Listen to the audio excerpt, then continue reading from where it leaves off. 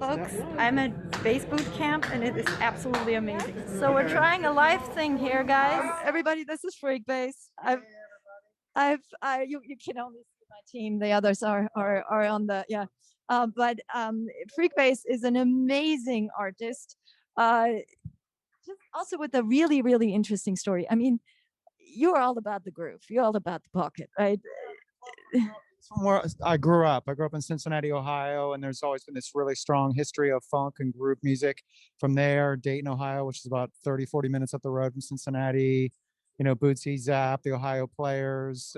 So I was always around when I was growing up and being a bass player. I mean, I was a little bit later than the original funk generation, but I was into like, Dr. Dre and Snoop.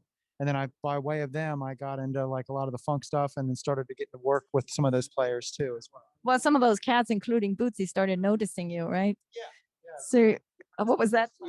It was crazy. I mean, the first time we met, it was he was producing a track that I was playing bass on for this Japanese record label, and it was amazing. I mean, he kind of would have me over to his place, and we would just sit and talk about music for hours and hours, about the music business a lot, about producing and writing. So it wasn't a lot of like stuff about bass. It was more about production and writing songs and the difference between doing a song for a studio release versus a live release. And so, I mean, it's invaluable stuff. Have a lot for a lifetime for sure. And you share a lot of it with the students here, so that was really great. I sat in on some of your classes and some of your motivational mornings. That was very interesting. Do you have some tips about how to develop the pocket? Well, I would say just keep it like I always say this, and keep the box as small as possible. Like so, a great bass line. We actually played at the concert last night. Papa Was a Rolling Stone. It's 3 notes.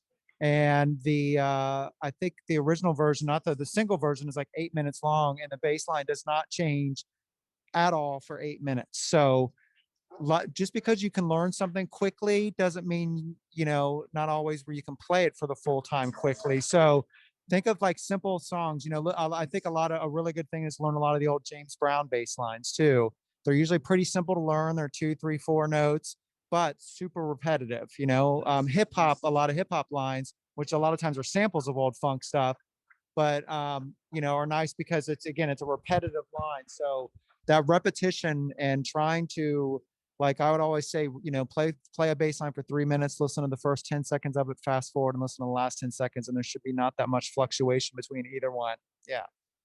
One thing I noticed last night, you were laying down some monstrous grooves and you just kept them steady. I mean, first of all, playing with Richard Waller on drums is just unreal. That was so fun.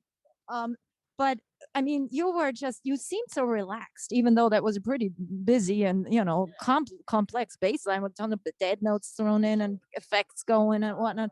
How did you manage to keep it so steady? Well, I always say, a lot of times I always say, I feel like I'm a drummer that plays notes. So I'm almost thinking like if, you think about some of my favorite drummers are just pocket drummers. They're not drummers that are like doing a bunch of fills and stuff like that. So I kind of like approach the bass. I started off as a drummer for starters. So I kind of approach playing it like that. Even if it's a complex line, I'm just going to stay in that complexity. I'm not going to try to veer off and go to different places because it's almost, I think you even will use the word, but it's almost becomes hypnotic. I mean, that's what I love about funk. For me, it's like, it's the hypnosis of it. I remember the first, when I saw we actually opened up when I was like late 90s. I opened up for Bootsy, and it was right before I met him.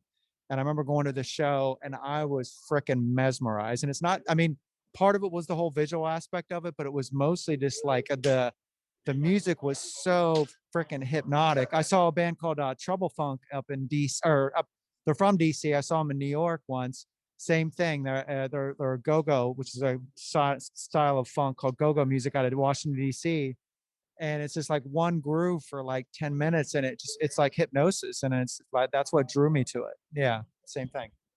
And there must be some sort of like technique thought behind technique, right? Like good technique. I mean, we share thought about health food and that sort of thing.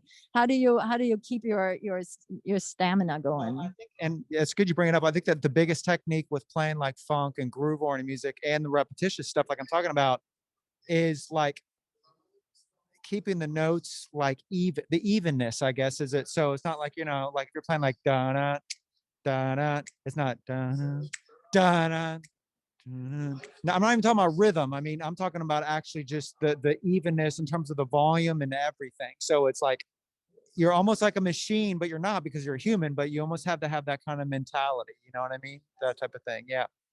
That's killer. Uh, Yeah. in a way, but with feeling, right? Yes. Yes. Where can people find you? I know that you do a weekly stream, I believe.